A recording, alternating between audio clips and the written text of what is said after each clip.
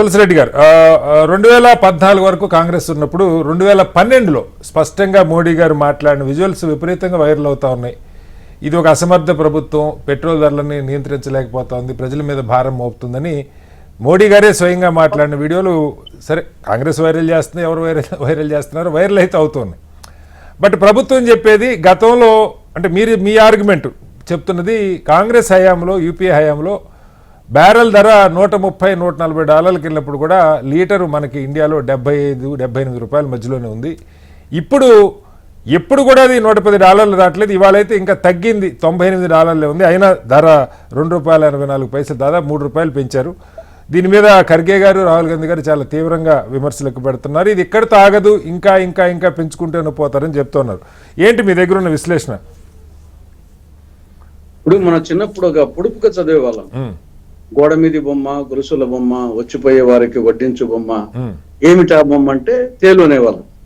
ఇప్పుడు ఆ వడ్డింపులు వాయింపుల పాత్ర మోడీ ప్రభుత్వం తీసుకున్నది. మీరు చెప్పినట్లు ఈ 10 రోజుల్లోనే 4 సార్లు దాదాపు లీటర్ పెట్రోల్ డీజిల్ కు ₹8 పెంచడం.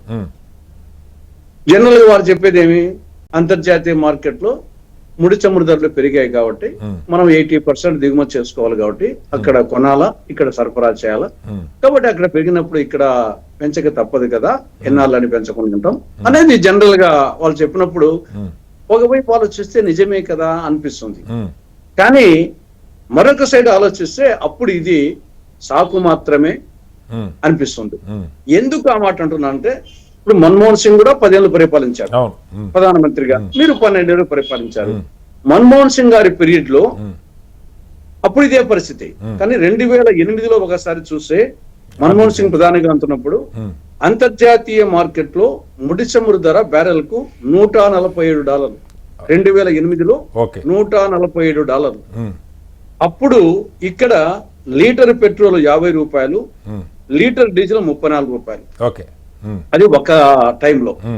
నెక్స్ట్ 2014లో దిగిపోయే సంవత్సరం, మన్మోహన్ సింగ్ దిగిపోయే సంవత్సరంలో కూడా అంతర్జాతీయ మార్కెట్ లో $115.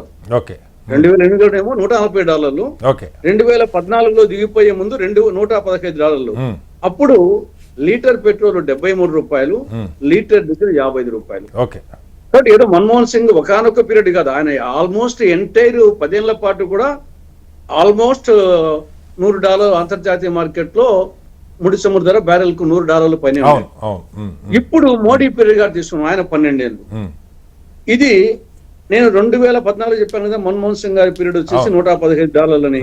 2016లో $40, 2019లో $70, 2020లో కోవిడ్ టైంలో మైనస్ లేకపోయింది, ఊరికి ఇచ్చే పరిస్థితి. 2021-24లో $80-90 మధ్య, 25-26లో ఇప్పుడు 100-105, మీరు ఈరోజు చెప్పినట్టు 90.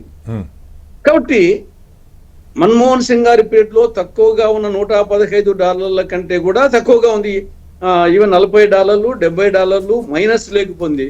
కానీ ఇక్కడేమో ఎప్పుడు కూడా వచ్చేసి దాదాపు ఈ యొక్క 90 నుండి $100 వరకు. ఇప్పుడు ప్రస్తుతం వచ్చేసి అంతర్జాతీయ మార్కెట్ లో $98 ముడి చమురు ధర ఉన్నప్పుడు ఇక్కడ విజయవాడలో పెట్రోల్ ఏమో $118, డీజిల్ ఏమో $106. కాబట్టి అబ్నార్మల్. దీని వాళ్ళు మీ మీద చేసే విమర్శ ఏంటంటే, కొన్ని లక్షల కోట్లు ఆయిల్ కంపెనీలకి బకాయిలు పెట్టి ధర పెరగకుండా ఆయిల్ కంపెనీలు నష్టాల్లో ముంచెళ్ళారు. మోడీ గారు వచ్చిన తర్వాత అవన్నీ మేము తీర్చుకుంటూ వచ్చామని చెప్పారు. ఇప్పుడు ఒక సంవత్సరం అయితే అర్థం ఉంది, ఏదో మన్మోహన్ సింగ్ గారు లాస్ట్ మూమెంట్ లో 1 year ఉన్నారు, అప్పుడు చేశారు. 10 ఏళ్ళు కదా ఉన్నింది, 10 సంవత్సరాల పాటు వచ్చేసి అది సాధ్యమవుతుందా? అది పరిపాలన సామర్థ్యం తప్పనిచ్చేసి దీన్ని బట్టి ఒక్కటి చాలు. మన్మోహన్ సింగ్ గారి పీరియడ్ లో గన మార్కెట్ ధరలు ఆ విధంగా అంతర్జాతీయ మార్కెట్ లో ఉంటే మోడీ ప్రభుత్వము ఒక్క రోజు కూడా పరిపాలించే సమర్థత లేదని తెలిసిపోతా ఉంది. కాబట్టి ఇది అసమర్థతన ఉండాలా, లేకుంటే దోపిడీ విధానం ఉండాలా, ఇది ఒక యాంగిల్. ఇంకా మళ్ళీ మిగతా ఏపీలో ఎక్కువ ఉండేది నెక్స్ట్ వద్దాం. మళ్ళీ వస్తాను.